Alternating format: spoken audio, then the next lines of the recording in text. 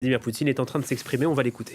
Nous avons signé des accords et ces accords qui ont été signés avec les républiques populaires de Donetsk et de Lugansk comprenaient notamment une disposition qui disait qu'il fallait qu'on apporte une aide militaire, entre autres, à ces républiques. Car en cas de conflit, nous laissons comprendre qu'en cas de nécessité, le cas échéant, nous serons à la hauteur de nos engagements. Bonjour, agence TASS, Véronique Tchotkina. Au sujet du Donbass, à toute évidence, l'Ukraine ne veut pas reconnaître la souveraineté des républiques populaires de Donetsk et de Lugansk. Ils ne sont pas contents que nous, on ait reconnu leur souveraineté. Qu'est-ce que vous dites? Eh bien, je dis que Kiev, l'Ukraine, ne reconnaît pas les républiques populaires de Donetsk et de Lugansk en tant qu'entité souveraine et que l'Ukraine n'est pas contente de voir notre décision. Suite à cela, est-ce que vous voyez des perspectives pour améliorer les relations entre Moscou et Kiev? Que Moscou devrait faire et que Kiev devrait faire pour y arriver? Vous savez, ce sont des questions dont nous avons parlé pendant des heures lors des rencontres avec nos partenaires européens et puis avec les Américains également. Nous en avons parlé à de nombreuses reprises. Je ne l'avais pas dit publiquement, je crois, mais je vous le dirai. Et si la question est posée, que devrait être fait des deux côtés ou du côté de Kiev pour que nous puissions penser que la situation est réglée à long terme pour la perspective historique et pour que nous puissions vivre tranquillement en paix et qu'il ne s'agisse pas de conflits et d'autant plus de conflits militaires. Eh bien, je dévoilerai le secret, mais il n'y a rien de secret. Après tout, ce qu'il faut reconnaître, c'est qu'il faut reconnaître la volonté exprimée par les gens qui vivent à Sébastopol et en Crimée. Pourquoi, quand ils ont exprimé leur volonté, c'était moins bien que ce qui s'était passé au Kosovo? Il n'y avait rien de moins bien. Mais là-bas, la décision a été prise par le Parlement. Ici, la décision a été prise par le référendum populaire. Je voudrais souligner une fois de plus que personne ne pouvait forcer les gens à venir et exprimer leur volonté dans les bureaux de vote en mettant un pistolet à leur tempe. Pas du tout. Ils sont venus de leur propre gré et ils ont exprimé leur volonté. Et ceux qui en débattent ou le contestent doivent reconnaître qu'il s'agit du plus haut niveau de démocratie. C'était un référendum populaire. Deuxièmement, nous voyons qu'il y a des discussions avec Washington, l'OTAN et la Russie. Nous sommes contre l'adhésion de l'Ukraine à l'OTAN, car ceci représente une menace pour nous. Et j'ai présenté à de nombreuses reprises des arguments pourquoi. Je l'ai fait dans cette salle. Eh bien, nous devons comprendre, et nous entendons notamment dans les capitales occidentales en parler, que la meilleure solution de cette question serait, pour que nos collègues à l'Occident ne perdent pas la face, comme on dit, c'est que les autorités ukrainiennes aujourd'hui refusent d'elles-mêmes, renoncent à leur adhésion future à l'OTAN, les autorités ukrainiennes mettent en place l'idée de statut neutre de leur pays. Et troisièmement, et malheureusement, cela a pratiquement perdu son actualité, mais j'avais dit que pour résoudre le problème du Donbass par la voie de pourparlers, de paix et par la mise en place des accords de Minsk.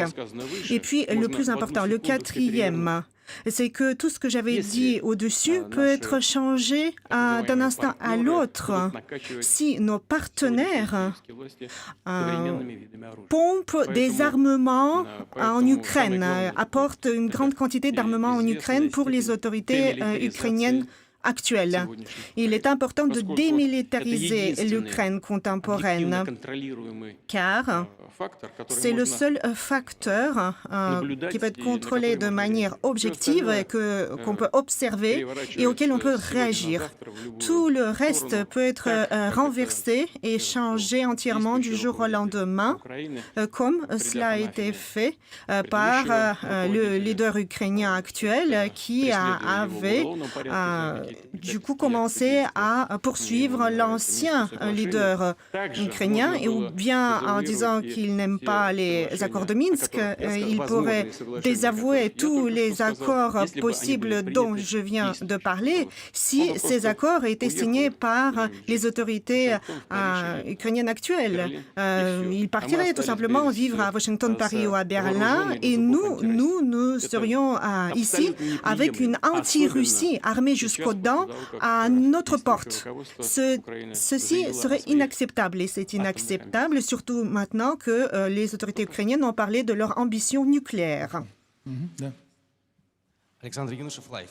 Владимир Владимирович, вот вы вчера в своем обращении к россиянам... Hier, Monsieur le Président, vous vous êtes adressé aux Russes, aux citoyens russes, et vous avez mentionné les paroles de Zelensky qui disaient que l'Ukraine pourrait à nouveau avoir l'arme nucléaire. L'Ukraine pourrait de nouveau se joindre aux pays qui possèdent l'arme nucléaire. Est-ce que c'est juste des paroles paroles vaines, ou c'est une probabilité tout à fait actuelle? Je viens d'en parler, j'ai compris que ces paroles nous étaient adressées avant tout à nous, et elles ne sont pas tombées dans l'oreille d'un sourd.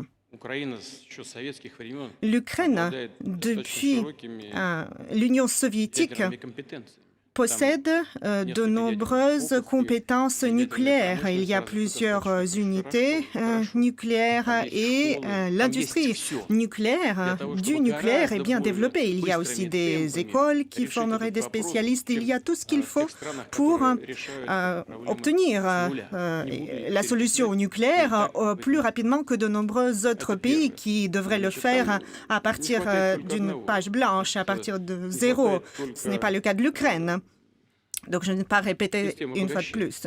La seule chose qu'il leur faut, c'est l'enrichissement de l'uranium. Mais ce système d'enrichissement, c'est une question purement technique.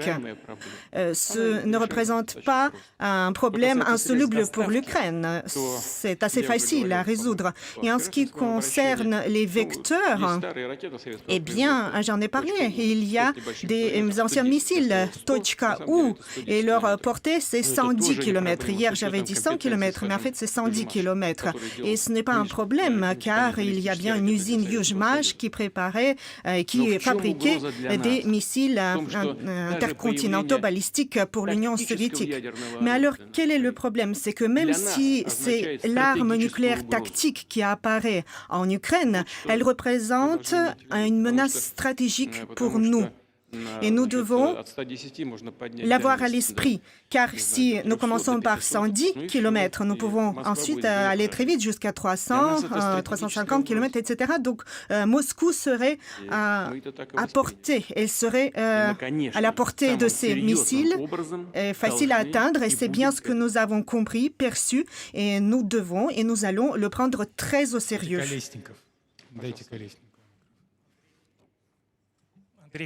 Andrei Kolesnikov, revue commerçante.